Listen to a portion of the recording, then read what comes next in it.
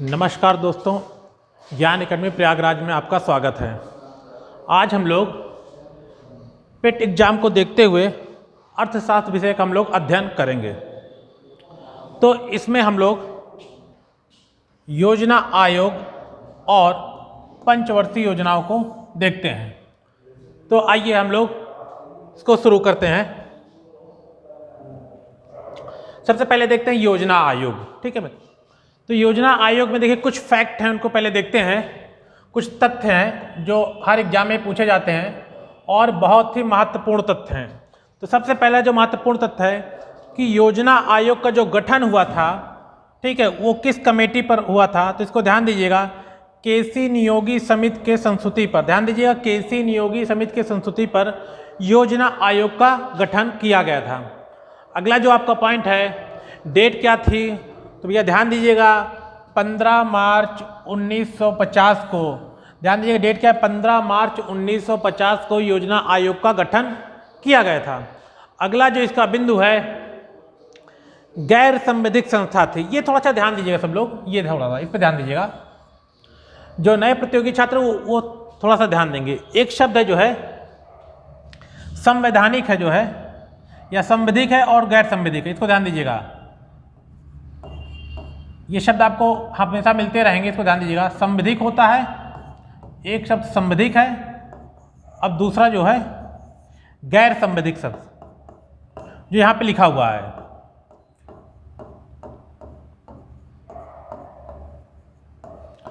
जो नए प्रतियोगी छात्र वो काफी कंफ्यूज है, तो इसका क्या मतलब है, तो इसको ध्यान दीजिएगा कि उन संस्थाओं का जिनका उल्लेख, ध्यान दीजिएगा, ऐसी संस्थाएं जिनका उल्लेख संविधान में किया गया है उन्हें संवैधानिक संस्था कहते हैं या संवैधानिक संस्था कहते हैं।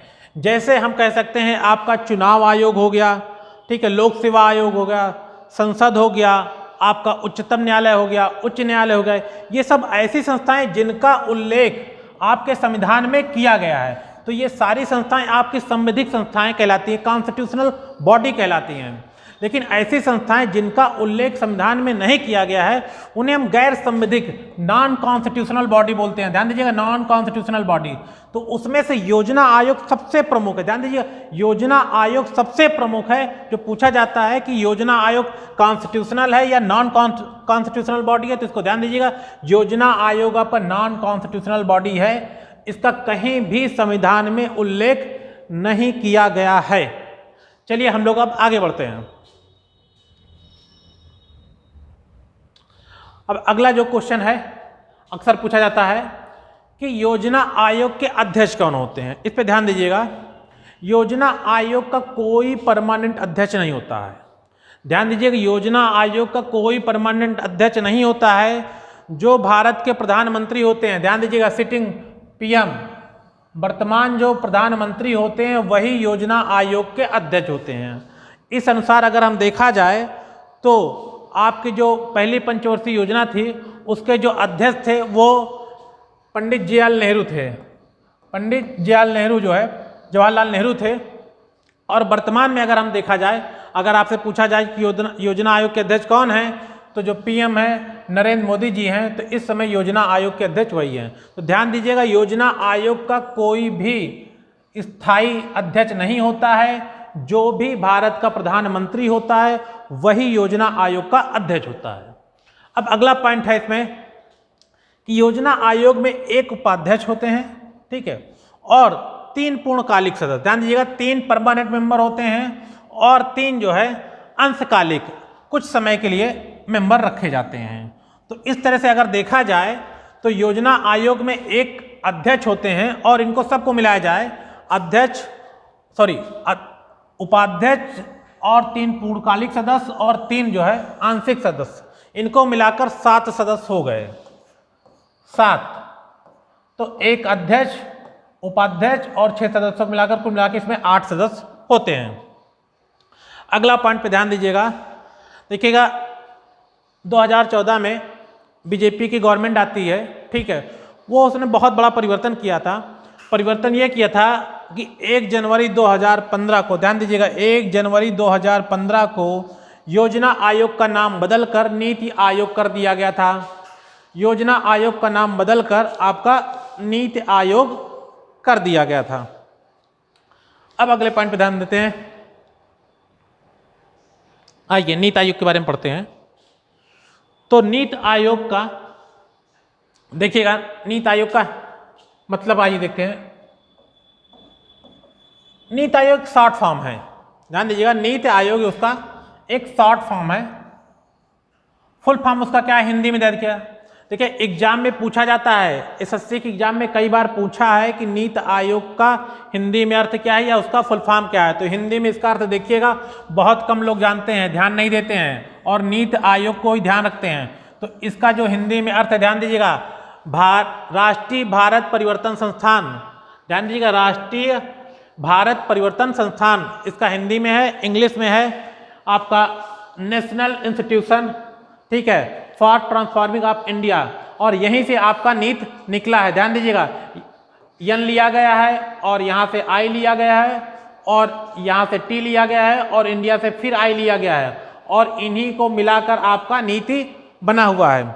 अब अगला क्वेश्चन इसमें यह बन सकता है कि नीति आयोग के प्रथम अध्यक्ष कौन है। ध्यान दीजिएगा, नीति आयोग की बात कर रहे हैं, 1 जनवरी 2015 की बात कर रहे हैं।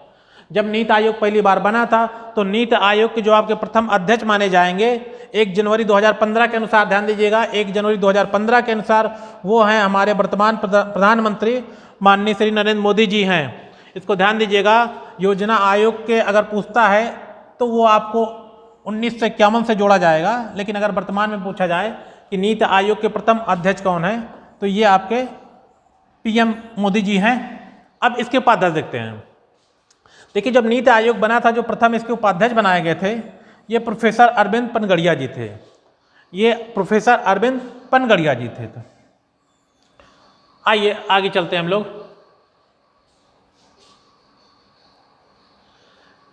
फिर है योजना आयोग या वर्तमान में कहें नीति आयोग के कार्य। ध्यान दीजिएगा, पुराना नाम उसका योजना आयोग है तो फिर हमने लिख दिए हैं, योजना आयोग भी लिख दिए हैं और हमने आपके नीति आयोग को भी यहाँ पे लिख दिया है। तो इसमें कंफ्यूज मत होइएगा, पुराना नाम उसका योजना आयोग है, वर्तमान नाम उसका नीति आयोग है। तो नीति आयोग कहें या योजना आयोग कहें, उसके कार्य क्या हैं। तो ध्यान दीजिएगा, नीति आयोग का, योजना आयोग का जो पहला कार्य है देश के भौतिक संसाधनों के अनुसार, ये थोड़ा ध्यान दीजिएगा, देश के भौतिक संसाधनों के अनुसार आर्थिक योजना बनाना। ध्यान दीजिएगा, देश के भौतिक संसाधनों के अनुसार, इसको थोड़ा सा ध्यान दीजिएगा। भौतिक संसाधन क्या है? भौतिक संसाधन जो भी उत्पादक के कारक होते हैं, ध्यान दीजिए, उत्पादक के कारक में भूमि है, ठीक है, श्रम है, जल है, बहुत सारे फैक्टर काम करते हैं, उनको मतलब उनके अनुसार आपकी आर्थिक योजनाएं बनानी जाती है। जैसे एग्जाम्पल के अगर हम भौतिक संसाधनों को ध्यान में रखते हुए आपको एग्जाम्पल दें, जैसे कि 2 स्टेट लेते हैं। देखिए भौतिक संसाधनों को थोड़ा ध्यान से समझ लीजिएगा, मैं बहुत छोटा सा बहुत हल्का एग्जाम्पल ले रहा हूँ, ठीक है। भौतिक संसाधनों को ध्यान में रखते हुए, भौतिक संसाधन, ध्यान दीजिए लिखा हुआ है भौतिक संसाधनों के अनुसार आर्थिक योजना को बनाना। एक छोटा सा बहुत हल्का एग्जांपल है जिससे आप समझ पाएं। अब हम 2 स्टेट ले रहे हैं, एक बंगाल और एक आपका हम राजस्थान ले रहे हैं। और मान लीजिए कि आप योजना आयोग या नीति आयोग में मेंबर हैं और आपसे इन 2 स्टेट के लिए कुछ आर्थिक योजना, खासतौर से ध्यान दीजिए एग्रीकल्चर फील्ड में अगर कहा जाए कि भाई एग्रीकल्चर में यहाँ क्या किया जाए, तो आपको ध्यान होगा या आप लोग में से बहुत लोग जानते हैं या बहुत लोग ना भी जानते होंगे कि बंगाल को, अगर हम बंगाल की जलवायु देखें तो बंगाल की जो जलवायु है यहाँ पे नदी बहुत बड़ी संख्या में नदी काफ़ी हैं और बारिश बहुत अच्छी होती है, ठीक है। तो यहाँ पे अगर हम इसके जलवायु के अनुसार देखेंगे तो यहाँ पे हम चावल की खेती करेंगे, चावल की खेती करेंगे। और राजस्थान वाला जो एरिया है यहाँ पे नदी भी बहुत कम है और बारिश भी कम होती है, तो यहाँ पे चावल की खेती हम नहीं कर सकते। यहाँ पे हम ऐसी फसलों को उगाएंगे जिनमें पानी बहुत कम लगता हो और सूखा को सहन करने की क्षमता होती है। और ऐसे में जो हमारे महत्वपूर्ण जो अनाज हैं, जिसमें आप बाजरा कह सकते हैं, सरसों कह सकते हैं, चना कह सकते हैं। तो यहाँ पे देखिए जो भौतिक संसाधन के अनुसार हमको आर्थिक योजना बनाना है, भौतिक संसाधन के अनुसार, तो हमारा जो भौतिक संसाधन बंगाल के है इस अनुसार हम बंगाल में चावल की खेती को प्राथमिकता देंगे या कहेंगे भाई बंगाल में चावल की खेती की जाए। और भौतिक संसाधनों को ध्यान में रखते हुए राजस्थान में कहेंगे भाई यहाँ पे मोटे अनाज, सरसों है, बाजरा है, चना है, इस तरह के अनाज बोया जाए। तो इसको आप ध्यान रखिएगा। दूसरा जो महत्वपूर्ण पॉइंट ये है कि पंचवर्षीय योजनाएं जो बनती हैं इनका जो क्रियान्वयन करता है वो आपका नीति आयोग या योजना आयोग ही करता है। ध्यान दीजिए, उनका जो क्रियान्वयन है वो आपका योजना आयोग ही करता है। आइए हम लोग अब आगे बढ़ते हैं इस पे। अगला जो पॉइंट है आपका भैया, प्रथम पंचवर्षीय योजना। ध्यान दीजिएगा, बहुत इंपॉर्टेंट है प्रथम पंचवर्षीय योजना। आइए देखते हैं, टाइम देखते हैं। टाइम इसका है आपका 1 अप्रैल 1951। देखिए ये मॉडल जो तैयार किया था हायरार्ड-डोमर मॉडल है। ध्यान दीजिएगा, हायरार्ड-डोमर मॉडल है, सब बहुत इंपॉर्टेंट है। डेट भी बहुत इंपॉर्टेंट है और ये मॉडल बहुत इंपॉर्टेंट है। उद्देश्य क्या रखा गया? कृषि विकास और सिंचाई। ध्यान दीजिएगा यहाँ पे क्या है, कृषि विकास सिंचाई, ये इसका उद्देश्य है। आइए थोड़ा सा फिर से एक कॉन्सेप्ट समझते हैं। जितने भी प्रतियोगी छात्र हैं अक्सर वो कंफ्यूजन में रहते हैं कि प्रथम पंचवर्षीय योजना में उद्देश्य क्या रखा गया था। ध्यान दीजिएगा, प्रथम पंचवर्षीय योजना में उद्देश्य क्या हो गया, तो इसको लोग रटते हैं कि भाई कृषि विकास से सिंचाई है, कृषि विकास सिंचाई है। आइए एक कॉन्सेप्ट के माध्यम से समझते हैं कि वास्तव में उद्देश्य जो है कृषि विकास और सिंचाई क्यों रखा गया है। ये कॉन्सेप्ट अगर आप समझ लेते हैं तो कभी आप भूलेंगे नहीं कि जो पहली पंचवर्षीय योजना थी उसका उद्देश्य कृषि विकास और सिंचाई क्यों रखा गया था। आइए थोड़ा सा इसे समझते हैं। इसकी भैया फोटो खींच लीजिएगा, इसको हम हटा रहे हैं, थोड़ा समझने का प्रयास करते हैं। ध्यान दीजिएगा, फोटो इसकी पहले खींच लीजिए, फोटो खींच लीजिए और फिर हम इस समझने का प्रयास करते हैं कि पहले पंचवर्षीय योजना में कृषि विकास सिंचाई पर क्यों ही ध्यान दिया गया। आइए इसको थोड़ा सा ध्यान देते हैं। अब ध्यान दीजिएगा, थोड़ा सा कहानी सुनते हैं। 15 अगस्त 1947 को अपना जो हिंदुस्तान है, भारत है, वो अंग्रेजों से हमें आज़ादी मिल जाती है। ठीक है, जो हम लोग बचपन से जानते हैं। अब आइए, आज़ादी तो हमें मिल जाती है और आज़ादी के साथ जो है, अब उसे क्या कहा जाए, उसे उपहार माना जाए या क्या कहा जाए, जो भी कहिए, लेकिन आज़ादी के साथ कुछ और भी मिलता है। वो हमें मिलता है बंटवारा। एक हमें बंटवारा मिल जाता है आज़ादी के साथ। दूसरा, आज़ादी के साथ हमें एक दूसरा उपहार मिलता है। अब उसे हम उपहार ही कहेंगे, क्या कहेंगे उसे, हम लोगों को जो मिला, गरीबी मिली। ठीक है, अंग्रेज हमें यही देकर गए। भूखमरी मिली, भूखमरी मिली। ये अस्पताल हमारे पास एक भी नहीं था। ध्यान दीजिएगा, अस्पताल नहीं था। ठीक है, हॉस्पिटल नहीं था, अस्पताल नहीं था, स्कूल नहीं था, सड़क उड़क तो आप भूल ही जाइए कि सड़क उड़क भी उस समय रही होगी। ध्यान दीजिएगा, कुछ भी नहीं रहा। ठीक है, और जो भी आपके वर्तमान में जो संसाधन है ऐसा कुछ नहीं था। तो पार्टीशन के साथ हमें ये मिला था। ध्यान दीजिएगा। अब आप खुद बताइए, अगर आप देश के प्रधानमंत्री होंगे, ठीक है, देश के आप प्रधानमंत्री हैं और ये समस्याएं आपके सामने हैं। ध्यान दीजिएगा, ये समस्याएं हैं और आपको कहा जाए भाई इसमें सबसे पहली समस्या आप क्या चुनेंगे जिसको आप सॉल्व करना चाहेंगे, तो कॉमन सेंस की बात करें, लगभग सभी प्रतियोगी छात्र अमूमन अपने एक जो बौद्धिक स्तर है उससे कहेंगे कि शायद सबसे पहले हमें इससे लड़ना पड़ेगा। ये भूखमरी से हमें लड़ना पड़ेगा। अगर हमारी भूखमरी दूर हो जाती है तो भाई गरीबी भी दूर हो जाएगी और हम लोग स्वस्थ भी हो जाएंगे। तो ध्यान दीजिए, हमारी जो सबसे बड़ी समस्या है भूखमरी या गरीबी। अब भूखमरी और गरीबी में जो महत्वपूर्ण फैक्टर क्या आएगा, वो आपका कृषि तो आएगा भाई, वो आपका कृषि ही आएगा। अच्छा ध्यान दीजिएगा, हमारे पास अपनी तो समस्या थी ही, लेकिन ये ध्यान दीजिएगा बंटवारे के बाद पाकिस्तान से भी बहुत सारी आबादी, जो अल्पसंख्यक आबादी थी, वो भी हमारे भारतीय भूभाग में आ रही थी, या कहे भारत वाले भाग में आ रही थी, क्योंकि पाकिस्तान ने बंटवारा कहा था कि भाई सब लोग हमारे यहाँ रहेंगे, लेकिन जो वहाँ का इस्लामिक कट्टरवाद था वो वहाँ रहने नहीं दिया।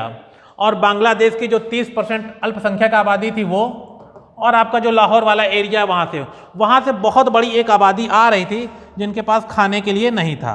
तो हमारे पास एक अच्छी खासी आबादी बन रही थी जिनके पास खाने के लिए नहीं था, गरीबी नहीं था, गरीबी थी, खाने के लिए कुछ नहीं था। तो इसको ध्यान में रखते हुए जो आपकी पहली पंचवर्षीय योजना बनी है वो कृषि को लेकर बनी है। तो इसका ध्यान रखिएगा भैया कि आपका जब पेट ही नहीं भरा है तो करेंगे क्या, तो सबसे पहले हम अपना पेट ही भरेंगे। जब पेट भरेंगे तो उसके लिए हमें कृषि का विकास करना होगा। तो अब दोबारा आप कभी भी रटिएगा नहीं, केवल समझिएगा कि जब बंटवारे के समय या देश को आज़ादी के समय हमें गरीबी और भुखमरी मिली थी और इसे दूर करने के लिए जो पहला काम है वो आपका कृषि ही है। ये ध्यान, 2-3 कॉन्सेप्ट और उससे भी समझ लीजिए, उसके बाद ही हम आगे चलते हैं। आइए देखिएगा, अब बात उठी गई तो थोड़ा सा समझ ही लीजिए आप।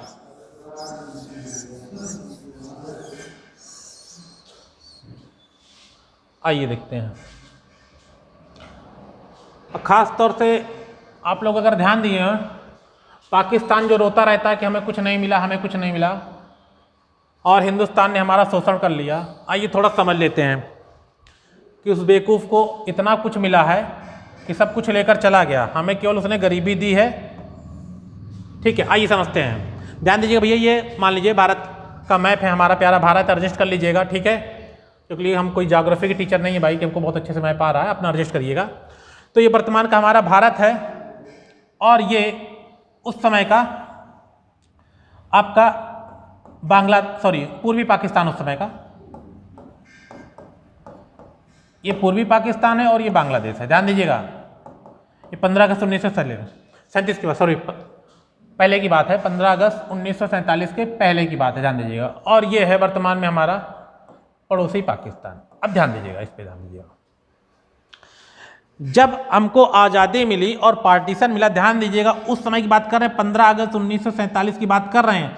उस समय एग्रीकल्चर में जो सबसे उपजाऊ वाला क्षेत्र था वो आपका पूर्वी पाकिस्तान ही था। ध्यान दीजिएगा, पूर्वी पाकिस्तान, जहाँ पे चावल और जूट उस समय की पूरी दुनिया में जाने जाते थे।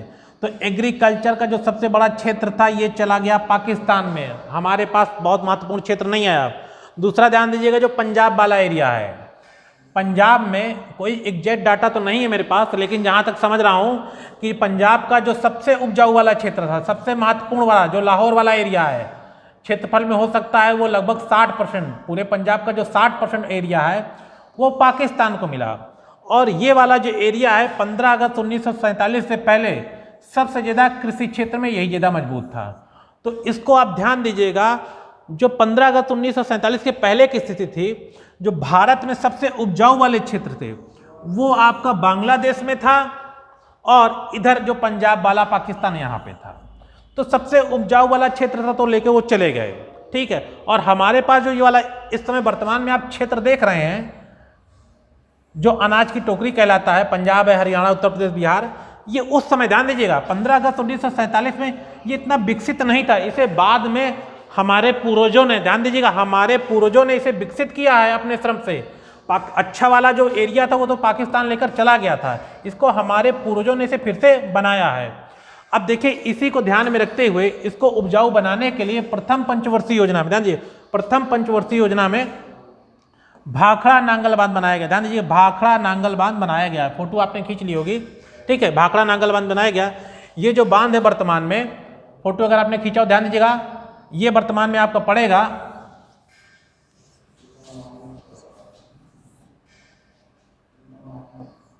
ये आपका पंजाब राज्य में है, पंजाब राज्य में है। और जो नदी है सतलुज नदी है, सतलज है, ठीक है,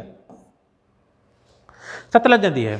उसके बाद हमने लिखा था आपका दामोदर, दामोदर जो बांध है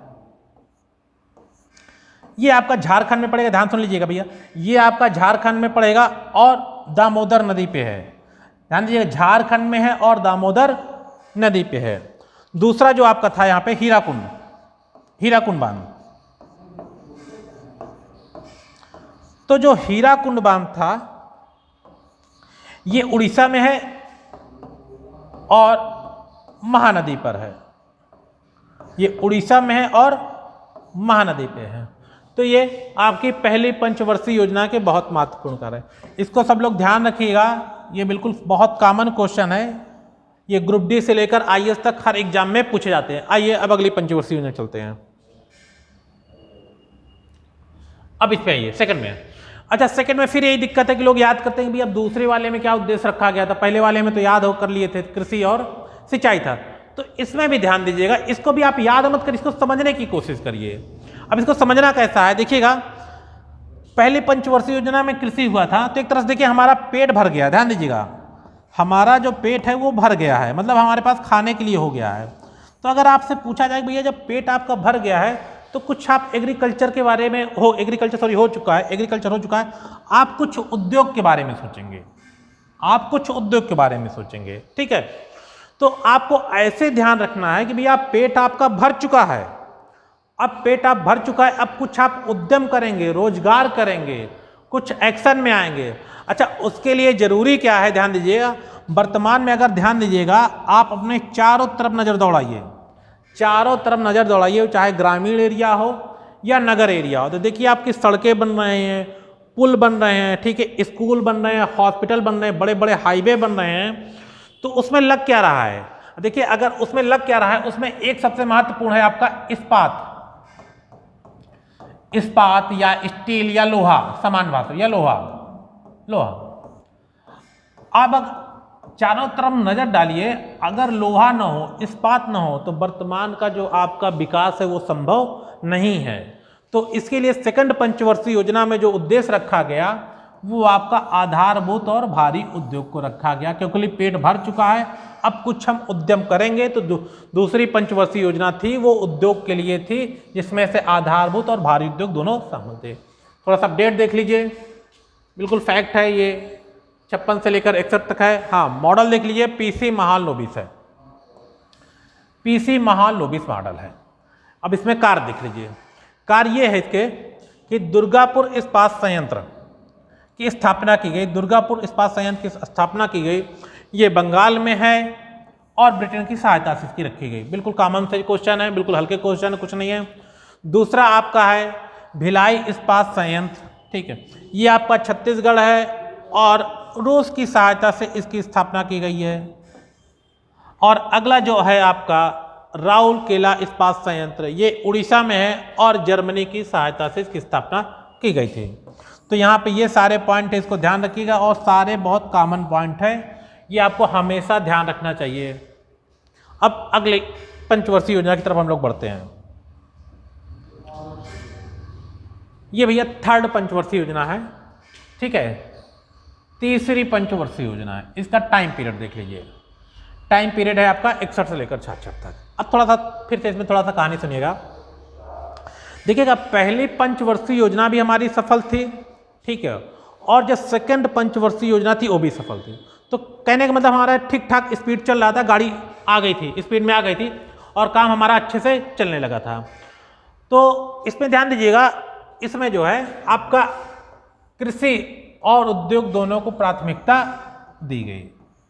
ध्यान दीजिएगा, इसमें कृषि और उद्योग दोनों को प्राथमिकता दी गई। अच्छा, एक बात और थोड़ा सुन लीजिए, कुछ लोग सोच रहे हैं इसमें मॉडल नहीं दिए हैं, है ना, तो उसको ध्यान दीजिएगा भैया कि वास्तव में ये जो पंचवर्षीय योजना थी इसमें कई लोग शामिल थे, कोई एक व्यक्ति या कोई एक मॉडल नहीं था। तो कई सारे मॉडल थे, तो वो कभी एग्जाम में पूछा जाता भी नहीं और जल्दी आपको कहीं किताबों में मिलेगा नहीं, तो बहुत महत्वपूर्ण है भी नहीं। ध्यान दीजिएगा, वो बहुत महत्वपूर्ण है भी नहीं, उसका कारण भी कुछ है। कारण आइए देख लेते हैं क्या है।